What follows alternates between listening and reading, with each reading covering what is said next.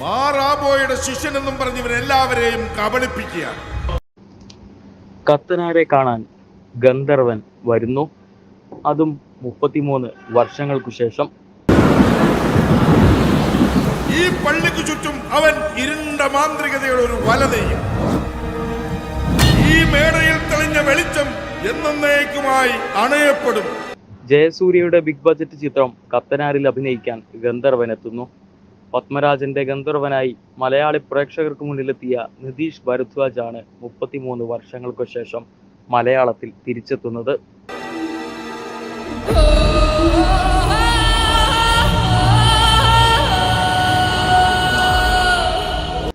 മഹാഭാരതം സീരിയലിൽ ശ്രീകൃഷ്ണനെ അവതരിപ്പിച്ച് ശ്രദ്ധ നേടിയ നിതീഷിന്റെ കരിയറിലെ മികച്ച വേഷമായിരുന്നു ഞാൻ ഗന്ധർവനിലേത്. അതിനുശേഷം ഹിന്ദിയിൽ നിരവധി സിനിമകളിൽ പ്രത്യക്ഷപ്പെട്ടെങ്കിലും മലയാളത്തിൽ തിരിച്ചെത്തിയില്ല.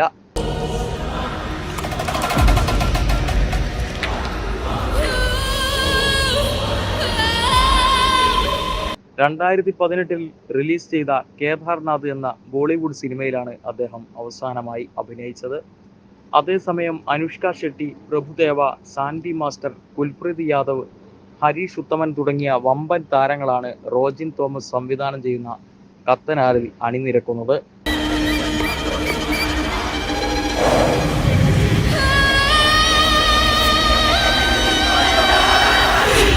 മലയാളത്തിൽ നിന്നും സനൂപ് സന്തോഷ്, കോട്ടയം രമേശ്, ദേവിക സഞ്ജയ്, കിരൺ അരവിന്ദാക്ഷൻ എന്നിവരും എത്തുന്നു.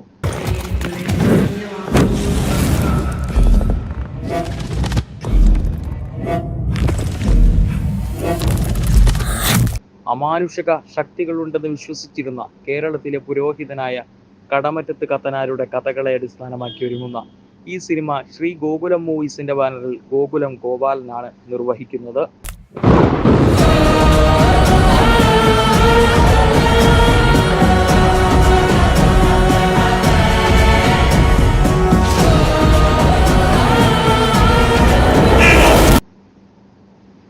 ബൈജു ഗോപാലൻ, VC പ്രവീൺ എന്നിവരാണ് producers. Executive producer Krishnamoorthy. Gokulam Gopalan നിർമ്മിക്കുന്നു. വെർച്വൽ പ്രൊഡക്ഷൻസ് സാങ്കേതിക വിദ്യ ഉപയോഗിച്ച് ചിത്രീകരിക്കുന്ന ചിത്രത്തിന്റെ 2 മിനിറ്റ് ദൈർഘ്യം വരുന്ന ഗ്ലിംസ് ജയസൂര്യയുടെ പിറന്നാൾ ദിനത്തിലാണ് പുറത്തുവിട്ടത്. വലിയ രീതിയിലുള്ള സ്വീകാര്യതയാണ് ഗ്ലിംസ് വീഡിയോയ്ക്ക് ലഭിച്ചത്.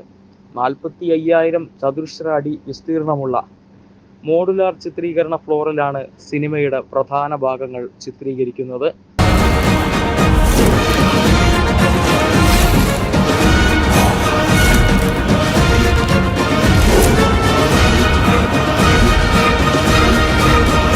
മുപ്പതിലധികം ഭാഷകളിലായി റിലീസ് ചെയ്യുന്ന ഒരു ബ്രഹ്മാണ്ഡ ചിത്രമാണിത്. 2 ഭാഗങ്ങളിലായാണ് ചിത്രം എത്തുക. ആദ്യ ഭാഗം 2024 റിലീസ് ചെയ്യും.